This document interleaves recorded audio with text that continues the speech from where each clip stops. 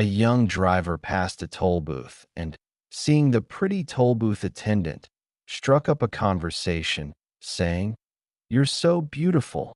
Will you be my girlfriend?"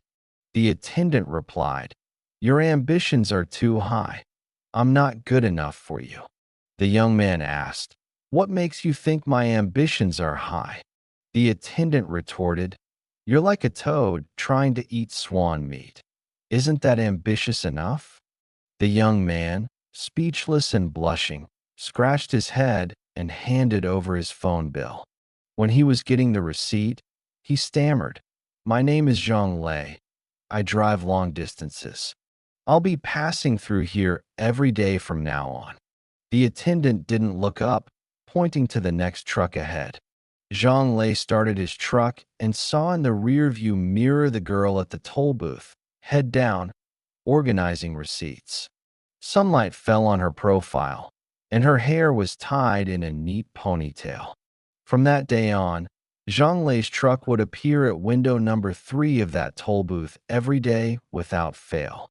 She didn't confess her feelings right away, but when she handed over her toll card, she would slip her something in, sometimes a crisp jujube from a tree back home, sometimes sugar-free bread from a service area, sometimes a bottle of chilled mineral water. At first, the young woman refused, but after she brought things every time, she couldn't refuse anymore and accepted them, occasionally giving her a mint, saying it would help her stay alert on the long drive. Her colleagues at the toll station joked with her, saying that the truck driver must have a crush on her, coming every day. The young woman's name was Meng Xian. She would say, "He's just bored." But secretly she had a different feeling. Zhang Lei wasn't talkative, only saying a few words each time. "Today there are many cars on the road. Today the weather is hot. Today the jujubes are especially sweet." She never pried into Meng Xian's personal life, nor did she pester her. She would put down her things, pay the toll, and leave, maintaining perfect boundaries. This went on for over a month. One day, as Zhang Lei's truck pulled up to the window, Meng Xian noticed the bandage on her arm. She asked what happened. Zhang Lei grinned, revealing a minor scrape he'd gotten while unloading cargo. That day, Meng Xian hadn't waited for him to hand her anything. Instead, she'd slipped her a small first aid kit containing some talismans and bandages for her own use. Zhang Lei hesitated. Then her fingers brushed against Meng Xian's as she took the kit, making them both a little awkward. Half a month later, as Zhang Lei handed her the toll card, he suddenly said, "Meng Xian, I still want you to be my girlfriend." This time, her tone was serious, devoid of the playful banter of the first time. Meng Xian paused, holding the toll card, and looked up at him.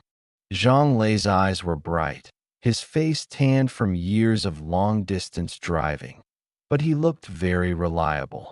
She was silent for a few seconds, then said, "My family's financial situation is better than yours.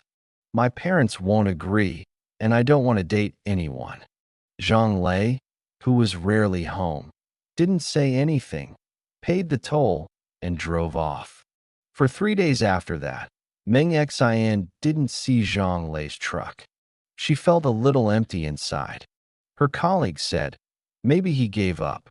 Can a toad really eat swan meat?" Meng Xian didn't argue, but she felt a little uncomfortable.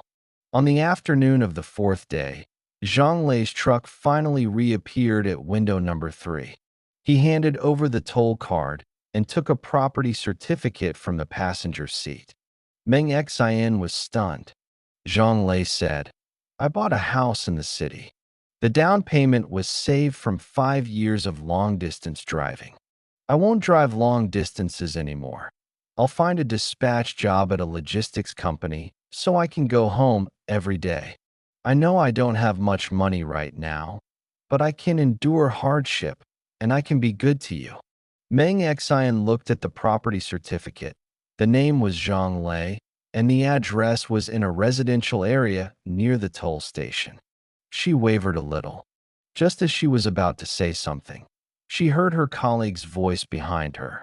Meng Meng, your mother called. She's meeting the civil servant she introduced you to tonight. Meng Xian's expression changed. Zhang Lei took the property certificate back and smiled. It's okay, you're busy. After saying that, he started the car, driving very slowly this time. Meng Xian, the market manager, stood by the window watching his car the whole time.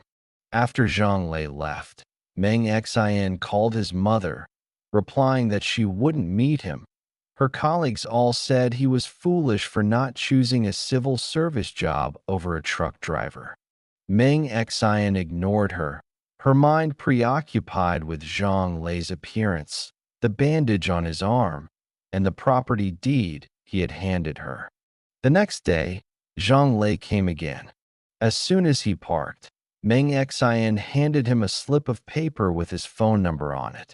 Just as Zhang Lei was about to be happy, Meng Xian added, I have a condition. My younger brother is getting married next year, and we're short 100,000 yuan for the bride price. Can you help me raise it? Zhang Lei's smile froze. He had used all his savings to buy a house, and only 20,000 or 30,000 yuan remained. He looked at Meng Xian.